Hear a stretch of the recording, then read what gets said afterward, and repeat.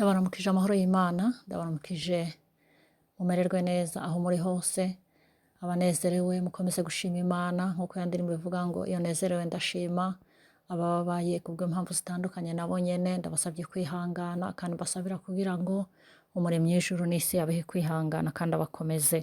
Ego ni Jeanne Hatunga wongeye kugaruka nkuko tumaze imisi twiga inzira twocamo kugira ngo turusheho kongera umunezero, twongere kugira ubuzima buzima. Uno munsi tugira dusubiremo ibyo twize ubushize ku nzira igira 8, inzira yavuga ngo gerageza wuzurize mu mutima wawe, ugerageze urabe ukuntu igikombe c'umutima wawe coguma cuzuye kandi kikuzuramwo ibyiza, kuko twabonye yuko imitima yacu imeze nk'igikombe canke nk'ijage canke nk'ibakuri tuguma dushiramwo ibintu. Uko uguma ushiramwo ibintu bikubabaza, uko uguma wumva ibikubabaza, ibyo usoma, ibyo wumviriza ku makuru no mu maradiyo hirya no hino, mu mafone yawe ibyo abantu bakurungikira, iyo ugumye ukabibikamo, ibyo nivyo biguma bitwononera ubuzima bikadutera ibibazo n'intambara mu mitima yacu. Ariko cane cane twibuke yuko dushobora kubikuramo, dushobora gushiramwo ibyiza tukabika ibidufitiye akamaro, nkuko twavuze ngo tugerageze gukora liste y'ibyiza, ibibi tubyihorere tubyirengagize, binadukundiye mbere tubyibagire. Nuko rero ni ugukomeza kugira ngo dushakashake uburyo bwose twokora kugira ngo umuntu abeho neza, abeho anezerewe, abeho ashima, niyo ntumbero yacu, kugira ngo tuze dushike kuri wa murongo wacu turiko tujamo, wa murongo wo kuzobaho neza tunezerewe. Ego ntibishoboka 100% ko tukiri mu isi y'ibibazo n'intambara, ibyo turabizi twese twarabyumvikanyeho, ariko uruhare n'urwacu nitwe dutegerezwa gushiramo inguvu kugira ngo turusheho kugarura ubuzima, turusheho gukomeza ubuzima bwacu ntibwononekare kurushaho. Uno munsi rero tugiye kwiga inzira y'icenda, inzira ivuga ngo kora ibi bintu bitatu inshuro zitatu ku munsi, hanyuma urushaho kumererwa neza, urushaho kugira ubuzima bwiza. Ibi bintu bitatu hariho inshuro imwe twigeze kubivugaho. Uburyo bwa mbere bwari ubwo kuruhuka, ukaruhuka mu mubiri no mu mutima, hanyuma ukagerageza kwiyumvira ibyiza, ukagerageza gukora ibyongera ubuzima bwiza mu mubiri ndetse no mu mutwe, ukagerageza kubana neza n'abandi muri kumwe, hanyuma kandi ukagerageza gukora intumbero yawe yose wabipanze neza kugira ngo ibyo ukora bibe ku rutonde, ntukore mu kajagari, ntukore ibintu byose bitagira intumbero. Oya, dushaka kugira ubuzima bufite intumbero. Nimba uri umumama ukaba urera abana bawe, ukaba ufise urugo rwawe, nimba uri umukobwa, nimba uri umusore, ubuzima bwose urimo ugerageze kugira intumbero. None rero ibintu bitatu umaze kuruhuka mu mubiri no mu mutima, umaze kandi gukora uko ushoboye, ukaba ufise intumbero utumbereye buri munsi, ukamenya ati uno munsi nshaka gukora ibi bingirira akamaro kanaka. Ntugakore ikintu udafise impamvu ugikora.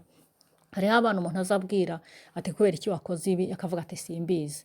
Ego uwo ni umwana, ubwenge bwe ntiburashobora gukura ngo abe yasobanukirwa, ariko wowe uri mukuru ntugakore ikintu utazi impamvu ugikoze. Gerageza wihangane, upange, umenye intumbero y'ibyo uri gukora naho uri kugana. Ibyo bintu bitatu rero ni ukuruhuka neza, ukaruhuka kandi ku ntumbero yo kugira ngo mu mutima hawe haruhuke.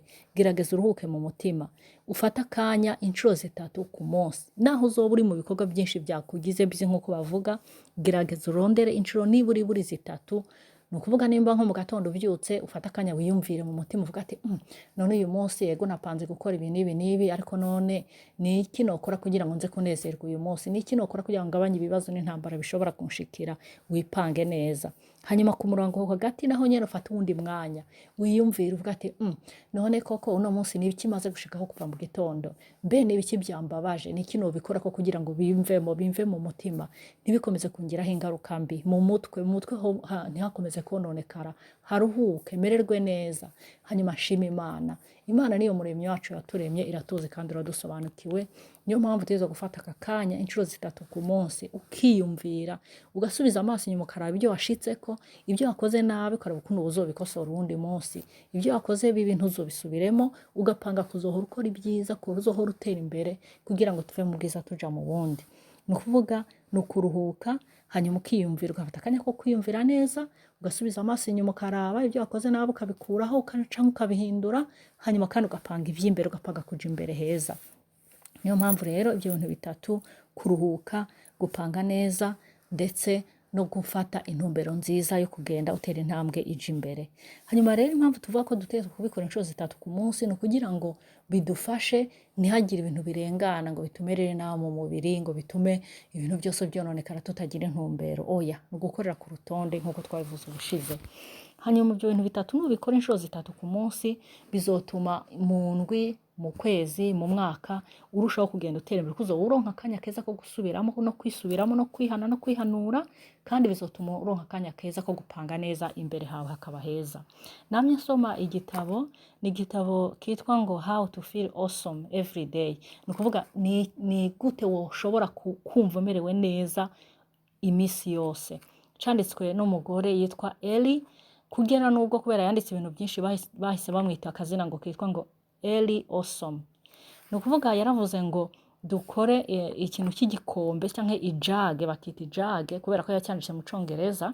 Ijage aravuga ati wowe niba ushaka kumva umerewe neza buri munsi imisi 365 mu mwaka, ufate iki gikombe kinini gifise n'umufuniko, hanyuma dushobora kukita igikombe, dushobora kukita ijage, akavuga ati buri munsi uzufata agapapuro wandike ikintu cakunejeje kuri uwo munsi, hanyuma ugafunge neza, ugafundike neza, ugaterere muri ya jage.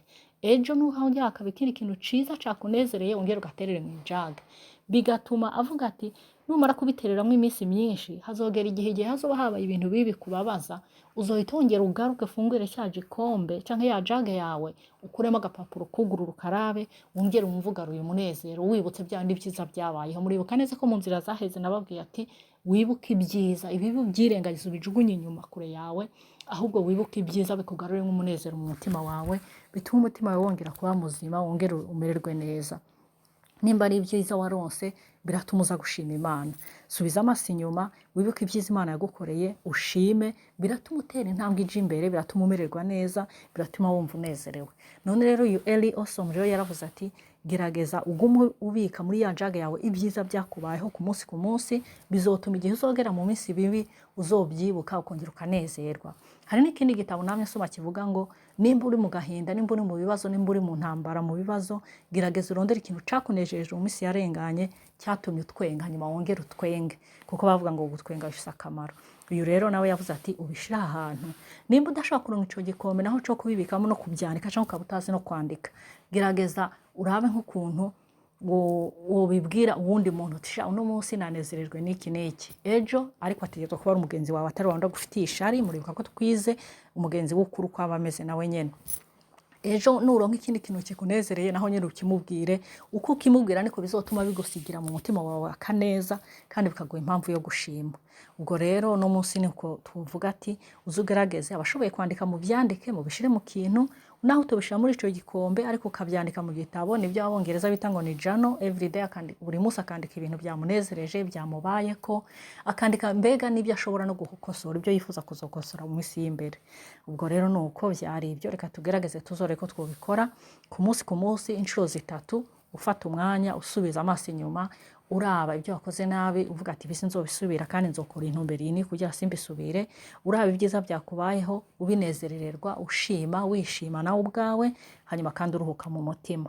Nuko mugira amahoro y'Imana, Imana ikomeze kubana namwe, kandi ndabifuriza gukomeza kugira ubuzima bwiza. Intumbero yacu niyo gushika imbere heza, mu mutima tukamererwa neza, mu byiyumviro byacu tukiyumva neza, mu bugingo bwacu bwose tukamererwa neza, kandi tukabana neza nabo turi kumwe.